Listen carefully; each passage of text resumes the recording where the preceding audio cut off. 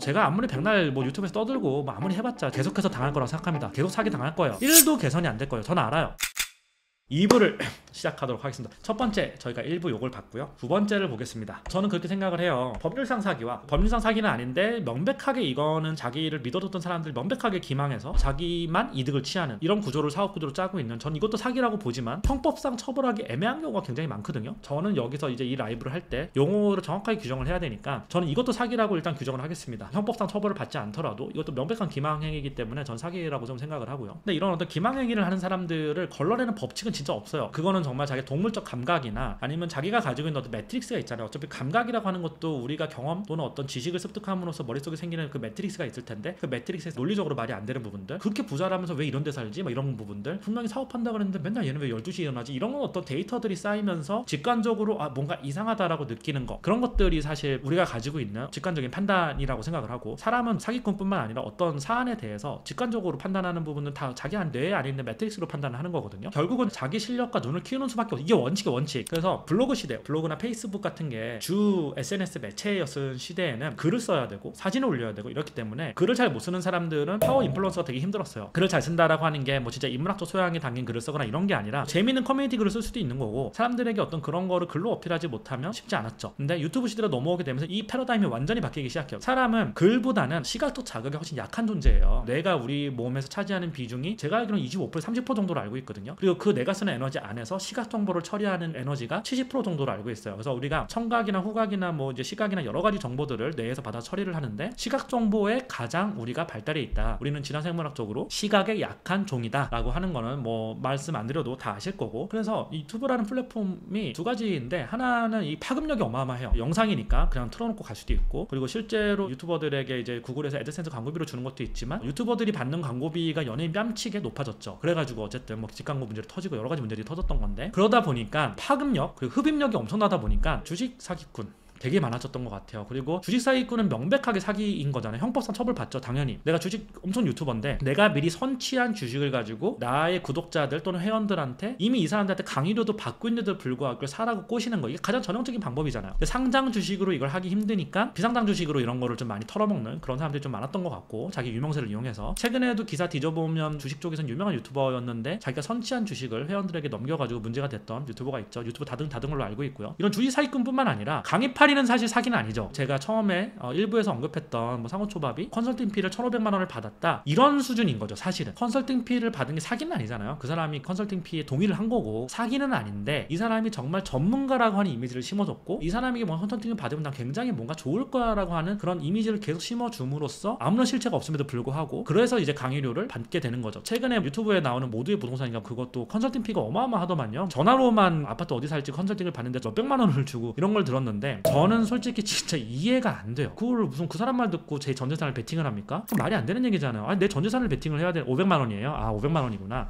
신바주스님이 500만 원 말씀해 주셨고, 아니 전화로 여기 아파트가 좋습니다라고 찍어주는 사람한테 500만 원을 강연료로 주는 사람은 이해가 안 돼요. 제정신인 건지 솔직히 이 사람이 얼마만큼 전문가인지 모르겠지만 전문가도 아닌 것 같은데, 제가 볼 때는 전문가와 비전문가의 경계선이 굉장히 흐릿하고 지푸라기라도 잡고 싶은 심정은 알겠는데 500만 원씩 줘가면서 전화로 몇 번 상담해 주는 거, 무슨 이게 뭐 말이 되는 소린가요 이게? 돈 벌기 굉장히 쉽네요. 굉장히. 어쨌든 그래요. 강의팔이도 저는 기망행위에 들어간다라고 생각해요. 모든 강의가 나쁘다는 게 아니에요. 절대 아니에요. 강의 중에서 좋은 거 있죠. 진짜로 이제 유튜브 하시면서 좋은 강의 하시는 분들도 있는 거 저도 아는데 정말 소수인 것 같아요. 예전에 제가 알았던 어떤 유튜버도 그런 얘기를 한번 한 적이 있어요. 어차피 강의 시장은 눈먼 돈이고 눈먼 돈을 누가 먼저 먹느냐의 시장이다. 내가 안 해도 제가 먹을 거고, 그러니까 내가 먼저 해서 어그로 끌어가지고 내가 먼저 먹겠다. 강의 시장에 뛰어든 강의팔이들은 다 이런 생각을 가지고 있어요. 눈먼 돈이라고 생각하는 거예요. 강의팔이 왜 눈먼 돈이냐? 사실은 강의 준비하는데 뭐 얼마나 걸리겠습니까? 나 돈 이렇게 벌었습니다. 나 성공했습니다. 법칙 알려줄게요. 그럼 부자 됩니까? 안 되잖아요. 그 말도 안 되는 얘기죠. 시장의 수익률을 초과하는 법칙이 있다라고 하면 저도 한 10억 주고라도 사고 싶어요. 그걸로 돈 더 많이 벌면 되니까. 근데 말이 안 되는 얘기거든요, 그거는. 그리고 그런 강의, 뭐 부동산이라든가 주식이라든가 이런 강의가 정말 필요하면 유튜브에 무료 강의 겁나 많아요. 구글에 조금만 검색해보면 MIT나 하버드나 이런데 진짜 세계 탑 클래스 대학에서 나온 되게 여러 가지 논문들과 강의도 그냥 공짜로 다 볼 수 있거든요. 근데 검증된 되지도 않은 이상한 사람들 강의를 몇백만 원 주고 듣는 그 자체가 저는 좀 이해가 안 돼요. 그러다가 이제 이 사람들이 아무것도 없고 사업도 안 해보고 주식도 안 해보고 이런 사람들이 강의료로 실제로 강의랑 카페 회원 가입비로만 1년에 수십억씩 챙기는 실제 사례들도 굉장히 많고요. 이게 정말 가짜가 진짜가 되고 거짓이 진실이 되는 순간이죠. 제가 아무리 백날 뭐 유튜브에서 떠들고 뭐 아무리 해봤자 계속해서 당할 거라고 생각합니다. 계속 사기 당할 거예요. 1도 개선이 안 될 거예요. 저는 알아요. 아는데도 불구하고 그래도 이제 저를 아는 분들 그리고 저를 그리고 구독해주신 분들은 안 당했으면 좋겠어요. 어쨌든 논리적 인간관계가 맞지 않는 거, 장시간 그 사람하고 대화해보면 알 수 있는 거, 사실 컨텐츠들만 둘러봐도 어떤 특정 유튜버가 이게 말이 안 된다라고 하는 건 알 수 있는데 심한 어그로는 경계해야 되고 저는 이런 원칙을 좀 세웠거든요. 이런 것들만 걸러도 사실은 그 사람들에게 어떤 그런 사기를 당할 일은 없을 것 같은데, 제가 여기서 드리고 싶은 말씀은 개인 채널의 시대가 되면서 누군가를 신성시하고 이런 것들이 너무 많아진 것 같아요. 아까 전에 제가 말씀드렸다시피 시각 자극에 우리가 약하잖아요. 그리고 영상으로 봤을 때 그 사람이 정말 되게 친밀하게 느껴지기도 하고 굉장히 전문가처럼 비춰지기도 하고 그 사람이 부자가 아닌데도 불구하고 굉장히 부자처럼 비춰진단 말이에요. 내가 진짜 유튜브에서 페라리 타고 나와서 내가 무슨 뭘로 얼마나 주식을 얼마나 벌었는데 저 이런 사람이요라 했을 때 그 임팩트가 완전히 다르다라고 하더라고요. 제가 그래서 이걸 궁금해가지고 시각 자극이 어떤 식으로 인간에 대해 영향을 주는지 이걸 좀 분석해본 거 글들 좀 몇 개 읽었었는데 영상이 제일 강해요.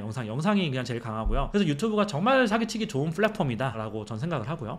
네네 맞아요. 인증했다고 다 믿으면 안 돼요. 인증한 것 중에 징역 8년인가 뭐 받은 이상한 아줌마 주식 유튜버 있잖아요. 그 사람도 인증 막 했었는데 그 다 포토샵으로 조작한 거였잖아요. 그런 식으로 해서 인증도 믿을 수가 없는데, 근데 인증했다고 다 또 믿으면 안 되는 게 진짜 인증해서 이 사람이 돈을 번 게 맞더라도 4, 50억 벌고 뭐 우주 와서 그냥 뭐 하나 샀다가 벌 수도 있는 건데 그게 과연 계속 앞으로 지속 가능한 어떤 수익을 낼 수 있는 구조와 그런 게 있느냐는 별도의 문제거든요. 제가 드리고 싶은 말씀 이거예요. 또 하나의 또 주제가 있는데 왜 대중은 특정 사람을 이렇게 쉽게 신성시할까? 방송이 부여해주는 권위인 거죠. 사실은 방송 그거 아무것도 아니거든요. 누군가 나온다라고 하면 그걸 통해서 그 사람의 권위를 확인받고 그리고 우리는 권위에 너무 쉽게 복종한다는 거예요. 그럼 우리가 권위에 너무 쉽게 복종한다라고 하는 게 이게 우리 안에 있는 본질적인 메커니즘 때문인지 우리는 왜 그럴까에 대해서 고민을 좀 해봤어요. 제가 어떤 카톡방이 있어요. 별별 얘기를 다 해요. 근데 그 방에 있는 분들이 잉여력이 넘치고 똑똑하시고 굉장히 공부도 많이 하시고 서칭도 많이 하시는 분들이에요. 제가 이 주제를 가지고 얘기를 좀 해봤는데 거기서 어떤 이야기가 좀 나왔었냐면 최근에 초등학교 교사가 사망한 사건이 있잖아요. 이걸 가지고 소아정신과 박사가 언론에다가 오은영 박사에 대해서 굉장히 이제 비판하는 글을 좀 남긴 것 같아요. 저는 오은영 박사가 누군지 몰라요. 실제로 저는 모르고요. 여기 포인트는 뭐냐면 오은영 박사가 잘못했다는 게 아니에요. 금쪽이라고 하는 프로그램을 보면 오은영 박사의 어떤 취지는 말 안 듣고 이제 문제아적인 아이들이 있는데 얘네들은 다 선생님 탓이고 부모 탓으로 돌리는 경향이 좀 있죠. 선생님과 부모가 지혜롭게 대처하고 상담하고 그렇게 하면 모든 아이들은 변할 수 있습니다. 문제는 선생님 또는 부모에게 있습니다 라고 하는 게 그 프로그램의 취지잖아요. 아무래도 이게 시청률에 민감한 프로그램이다 보니까 계속해서 자극적인 사례를 가지고 오는 것 같아요. 세상에 뭐 이런 애가 다 있나 싶은 애를 바꾸기도 하고 뭐 이렇게 해가지고 프로그램의 시청률을 유지하는 걸로 알고 있는데 오은영 박사를 너무 신성시하는 경향이 있었다라고 저는 생각을 해요. 왜냐하면 저도 이제 제가 소아정신과를 공부해본 사람도 아니고 제가 정신과 의사는 아니지만 제 주변에는 정신과 의사들이 되게 많아요. 정신과 의사들이 하는 말은 뭐냐면 말이 안 된다라고 하는 거예요. 이 사람의 논리나 뭐 이런 게 말이 안 된다는 얘기가 아니라 저렇게 다 고칠 수 없다. 애초에 아예 금쪽이들 중에서는 손을 댈 수 없는 아이들도 있는 거다. 그거를 인정을 해야 되는데 방송에서 그걸 인정하는 순간 사람을 타고난 어떤 걸로 차별하는 거냐라고 하는 공격을 당하기 때문에 모두가 바뀔 수 있다고 얘기하는 거거든요. 환경적 요인으로 정말 잘못된 아이들도 있지만 타고나게 뇌 구조가 그런 애들도 있는 거라고 전 생각을 해요. 그리고 실제로 사이코패스 유전자가 있잖아요. 사이코패스 유전자라고 구글에다 검색해 보시면 되게 많이 나와요. 인간이 감정에 공감하고 하는 유전자가 있는데 그 유전자가 짧다 그래요. 사이코패스 유전자 같은 경우는. 그래서 그 유전자를 가지고 있다고 다 범죄자가 되는 건 아니지만 확률이 높다라는 거죠. 뭐 그런 건데 우리가 왜 오은영 박사를 그렇게 신성시했을까라고 보면 유명인에 대한 어떤 신성시하는 그런 패턴을 똑같이 따라가게 돼요. 전문가로서 권위 그리고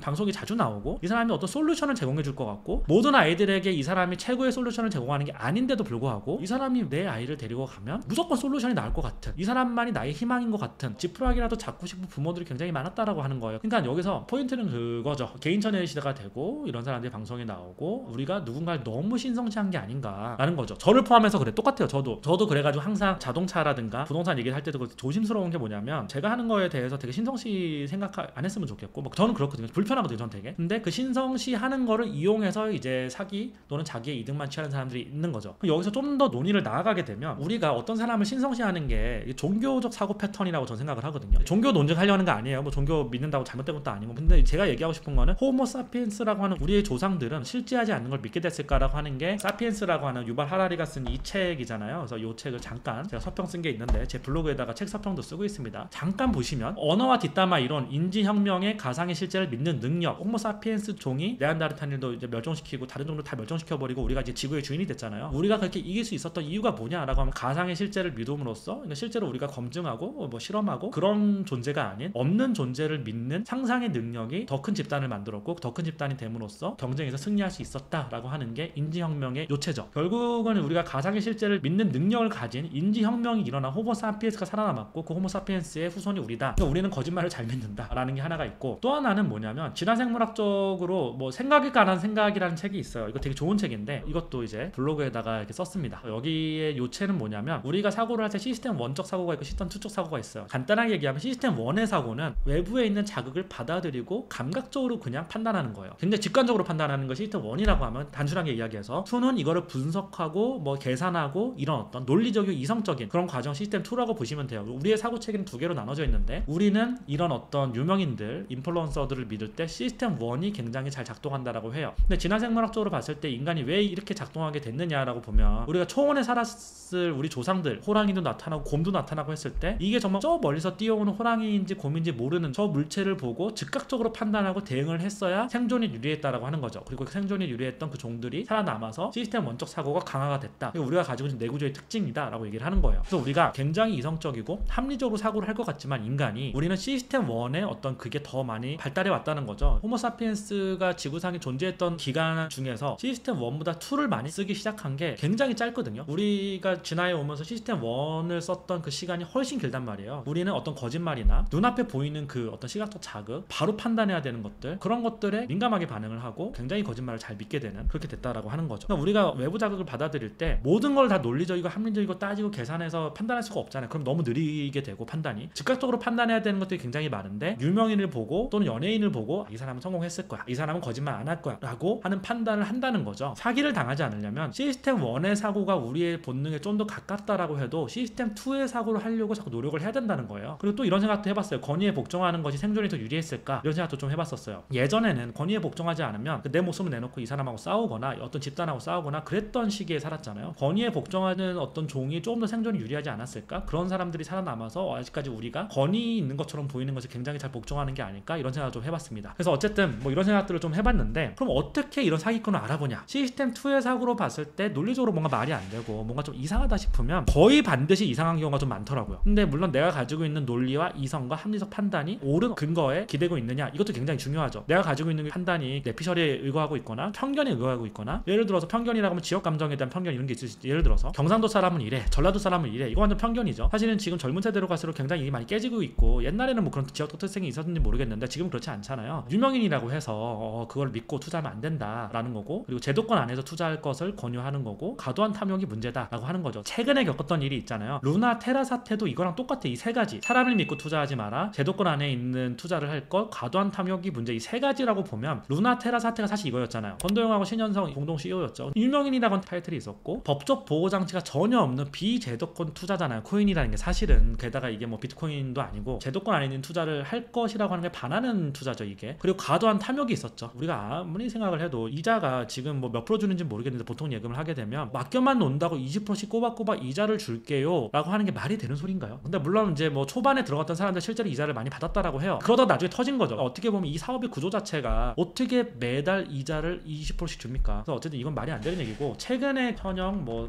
맘카페 이 사건이 있었잖아요. 이것도 보면 전 정말 답답한 게, 이 기사인데 현역이어 친구도 맘카페 사기 친분 의혹, 지인이 겹쳤을 뿐, 뭐 이런 기사가 있어요. 근데 이 사건이 요지가 맘카페에서 굉장히 유명한 운영자가 있었는데 그 운영자가 나에게 돈을 주면 한 달에 7%인가 한 달에 6%인가 1년 후에 치면 뭐 수익률이 80% 뭐 이렇게 됐던 것 같은데, 이렇게 주겠다라고 해서 사람들이 돈을 맡겼고 초반에는 진짜 이자를 줬고 나중에 가니까 돌려막기 하다가 터진 거잖아요. 근데 뭐 재테크의 여왕 현역 막 이래가지고 사람들이 그 사람을 믿었다, 그 사람하고 막 같이 찍은 사진 SNS 올라오길래 현역이 재테크 되게 잘하는 연예인으로 이게 정평이 나 있는데 이 사람을 믿고 내가 투자한 거 아니냐라고 한 거잖아요. 그것도 그냥 연예인이라고 하는 유명인을 믿고 투자한 거잖아요. 맘카페 운영자라고 하는 건의도 있었겠지만 이 정도 연예인하고 친하게 지낼 정도의 사람이면 전혀 사기를 치지 않겠지? 이거 진짜겠지? 라고 내가 마비돼 버린 것 같아. 거기다 과도한 탐욕이 겹쳤던 거죠. 그리고 또 이제 이거 비제도권 투자잖아요. 맘카페 운영자가 뭐라고 그 사람 돈을 맡겨요? 말이 안 되는 얘기잖아요. 증권사에서 일을 하는 사람도 아니고 제도권에서 큰 돈을 번 사람도 아닌데 돈을 번 것처럼 꾸며가지고 사기를 친 거잖아요. 우리가 사기를 당하는 구조는 결국 이 세 가지예요. 세 가지. 사실 이번에 주가 조작 사태, 라더견 사태도 똑같잖아요. 시그니엘에 사는 것도 막 되게 자랑했었고 거주지가 주는 건의를 이용한 거죠. 나 시그니엘 살고요, 슈퍼카 뭐 너무 많이 타고 연예인들 내가 엄청 많이 알아요. 이 연예인도 나한테 투자했고 이 연예인 나 투자했고 이런 홍보 전략을 펼쳤었고 실제 임창정 씨는 여기에 깊숙하게 관여가 돼서 이제 홍보를 했었죠. 본인이 사과를 했죠 최근에. 근데 실제로 얼마나 관여된지 모르겠지만 어쨌든 홍보를 한 건 맞죠. 그리고 많은 사람들이 그 모습을 보면서 연예인들도 이렇게 많이 투자를 하는데 괜찮지 않을까? 근데 생각을 해보면 연예인들이 그 투자 전문가도 아니고 하나의 직업일 뿐인데 이 사람들이 투자한다고 뭐가 대단한 게 아니잖아요. 그리고 두 번째, 법적 보호 장치가 없었죠. 투자 일임 라이센스조차 없는 사람이었어요. 투자를 일임을 하려면 우리가 라이센스를 받아야 되잖아요. 그걸 안 받게 되면 자본시장법 위반입니다. 감옥 가요. 감옥 가는데 이것조차도 없었어. 그러니까 뭐 이제 신분증 받고 OPT 카드 받아서 투자를 했던 건데, 예를 들어서 내가 친한 친구가 있어. 진짜 이게 주식이 좋은 것 같아 이렇게 얘기하는 거랑 다르잖아. 너가 나한테 신분증과 OPT 카드를 다 줘, 통장하고. 그럼 내가 대신 투자해줄게. 이 자체가 말이 안 되는 얘기잖아요. 근데 생각보다 많이 배운 사람들이 많이 당했어요. 의사들 중에 당한 사람 되게 많다고 그러더라고요. 라더견 이 사태 때 통장과 신분증과 이런 걸 맡긴 사람들이 굉장히 많대요. 그래가지고 무슨 이제 반대매매 들어오고 해가지고 이제 빚더미에 앉은 의사도 있다 그러더라고요. 실제로 법적인 보호장치 없었죠. 그리고 그냥 권위를 맹신했죠. 그냥 사람을 신성시했죠. 그 다음에 과도한 탐욕이 있었죠. 물론 이 세 가지를 지킨다고 해서 사기를 안 당하는 건 아니에요. 지인 사기가 그렇잖아요. 친한 지인인데 사기를 치면 뭐 어쩔 수 없이 당해야죠. 예를 들어서 내가 아는 지인이 뭐 이런 거 하는데 뭐 잠깐만 돈 좀 빌려줘 해서 안 갖고 나르면 뭐 돈 사기를 당하는 거죠. 그런 거를 제외하고는 전혀 내가 직접적으로 알지 못하는 사람이고, 특히 인플루언서들, 뭐 유튜버들 이런 사람들이 강의 파리 또는 공동 투자하자, 나에게 돈을 맡겨라 라고 하는 것들이 이 세 가지만 지켜도 절대 안 당해요.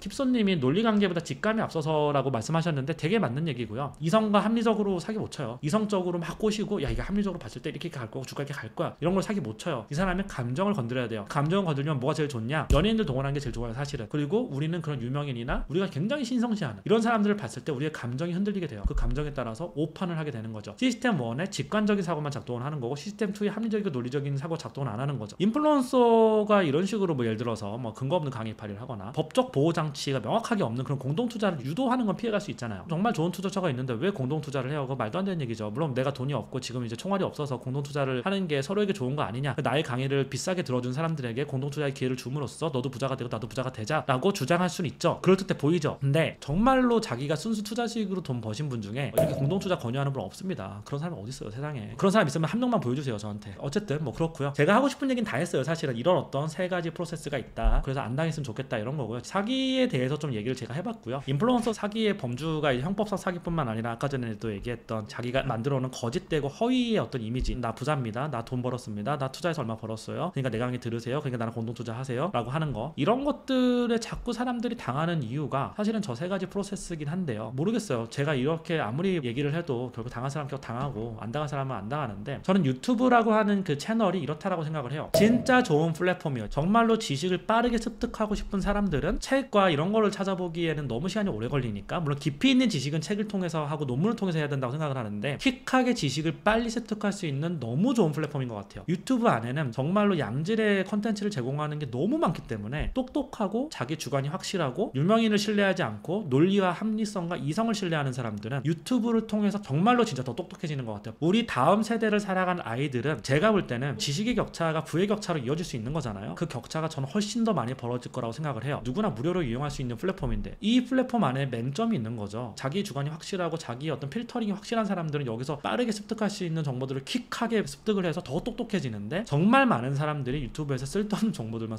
습득을 하게 되죠. 그 쓸데없는 정보가 뭐냐? 잘못된 정보들, 그리고 사기꾼들이 쳐놓은 어떤 그물망, 그 안에서 계속 살고 있는 거더라고요. 이게 사람과 사람 사이의 격차를 계속해서 이런 플랫폼이 벌려나가겠구나. 구글의 어떤 창립 이념이 사악해지지 말자 뭐 이런 거래요. 그래서 유튜브도 모두에게 보이스를 주고, 모두에게 보이스를 주다 보면 세상의 목소리가 유튜브에 담기게 되고, 이 유튜브에 담긴 목소리를 누구나 학습할 수 있고 누구나 민주적으로 볼 수 있는 플랫폼을 만들자, 이런 게 어떤 구글의 취지라 그러더라고요. 누구나 볼 수 있는 플랫폼을 만들어도 이걸 어떻게 내가 어떤 필터링을 가지고 어떤 매트릭스로 어떻게 걸러내고 양질의 정보를 내가 어떻게 걸러낼 건지는 필터링이 있는 사람들만 되는 건데, 필터링이 없는 사람들은 오히려 확증 편향에 빠지거나 분노를 조장하는 컨텐츠에 빠지거나 안 좋은 쪽으로 사기를 당하는 굉장히 유용한 플랫폼이기 때문에 점점점 똑똑한 사람과 아닌 사람의 격차는 훨씬 더 많이 벌어질 거다라는 생각이 들었어요. 그리고 우리 아이들, 제 아이들이 살아갈 시대에는 완전 초연결 사회일 거 아니에요. 모든 정보와 모든 어떤 텍스트들이 연결되어 있는 넷까지 링크돼가지고 뭐 그런 사회가 될 수도 있는데, 결국 그거를 잘 활용하는 어떤 소수의 똑똑한 사람들과 그걸 활용하지 못하고 그냥 이용당하는 사람들 간의 어떤 그 격차가 굉장히 벌어지지 않겠느냐라고 전 생각이 들었어요. 솔직히 사실 이게 정말 쉽지 않은 문제구나, 모두에게 정보를 오픈한다라고 해서 그게 정말 절대로 민주화되지 않는구나 라는 생각이 들었습니다. 네, 그래서 뭐 그런 생각이 좀 들었고요.